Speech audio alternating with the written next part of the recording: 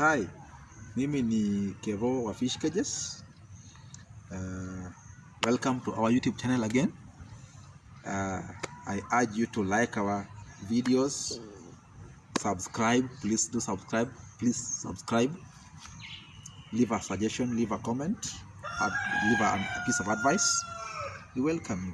So today we are going to continue with the previous video on the requirements or materials we need to source when you want to construct a fish cage, and we are specifically dealing with the 10 meter by 5 meter by 7 meter fish cage. Remember I said that the 10 meter is the length of the cage, 5 meter is the width of the cage, and the 7 meter is the depth of the cage, and that the main net must cover 7 meters in all dimensions. So number 2, the second item. In the previous video we discussed on the nets, and we listed 4 nets: the main net, the omena net, the feed protective net, and the upper net. And we also said that the omena net must be used, we must use 2 of it for the first 2 months, then we replace it for the second 2 months during the nursery stage. Now the second item, the second material that you will need when you are constructing the fish cage are the steel rods. Now the steel rods, we will use D16, we will use D12 steel rods, we will use flats 2.5, then we will use welding rods, and of course we will need a good welder to first do a quotation for this cage. The welder will do a quotation for this cage, will tell us how many D16, how many D12, how many flats, 2.5 flats, and how many boxes of or packets of welding rods, and what amount of labor is it going to charge. Number 2 is also going to do the construction, the fabrication of the fish cage. So we'll need these materials. That's the second item that we're going to need, the steel rods. Now, number 3, the third item that we're going to need when we're constructing the 10 meter by 5 meter by 7 meter cage are the floaters. And as you can see at the other side of the screen, the photo or the picture of the floaters that we are going to use. Now, I said in other previous videos that we can either use the 20 liter, remember the empty 20 liter jerry cans, or we can use the plastic drums as our floaters.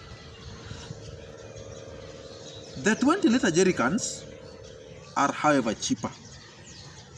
So, for example, if you go to Kisumu, they have used some cages, they have used the plastic drums, some have used the plastic jerry cans. Mostly in Bondo constituency, Bondo region, we prefer the 20 liter jerry cans, though some of us also use the plastic drums. It depends on how much money you have and how much money you have availed for your investment. Yes. Now, for a 10 meter by 5 meter by 7 meter cage size, we will need at least 24 jerry cans. We will need at least 24 jerry cans for the 10 meter by 5 meter by 7 meter cage. Now, they are to be made airtight. They are to be made airtight with tar, so that they can float the metallic cage over the water. Now, when they float the metallic cage over the water, the advantage is that it improves ventilation, because when the cage is raised over the water, then there is free air circulation into the cage and out of the cage. That is ventilation for the fish. Fish need oxygen.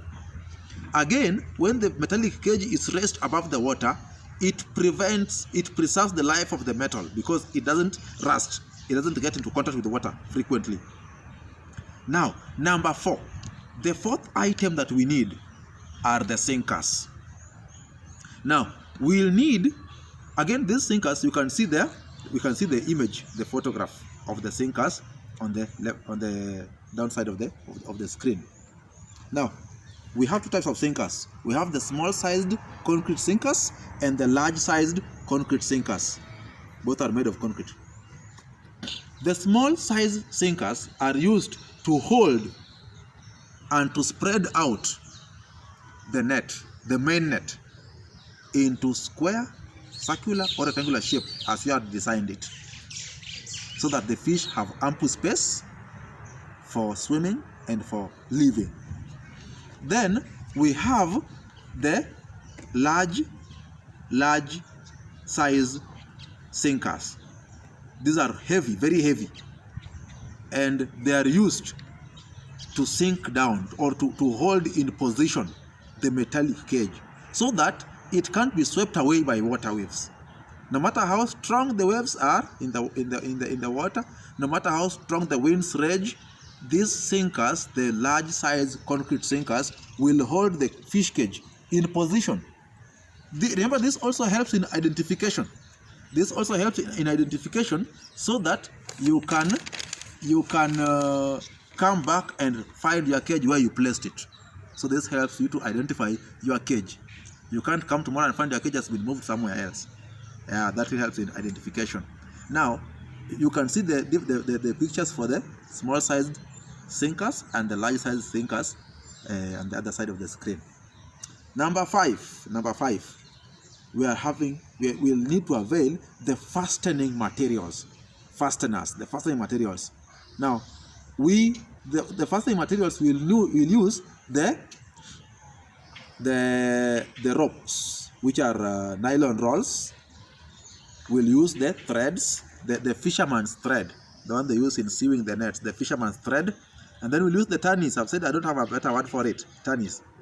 Now, we will use the nylon rolls again for fastening or tying the floaters, the jerry cans or the plastic drums to the frames of the metallic cage. We will use the nylon rolls for fixing the small sinkers to the net, and also for fixing the upper net in position. Its picture is on the screen. Then we will use the fisherman's thread in tying whatever is to be tied. Anytime you want to tie something, you need the fisherman's thread to tie and to fix things into position. And lastly, under fastening, we will use the tannies. The tannies is a special heavy, strong thread. This will be used by the technician to manually do the knitting of the main net, so that the main net have a position to hold the fingerlings without to hold the fish without the fish escaping.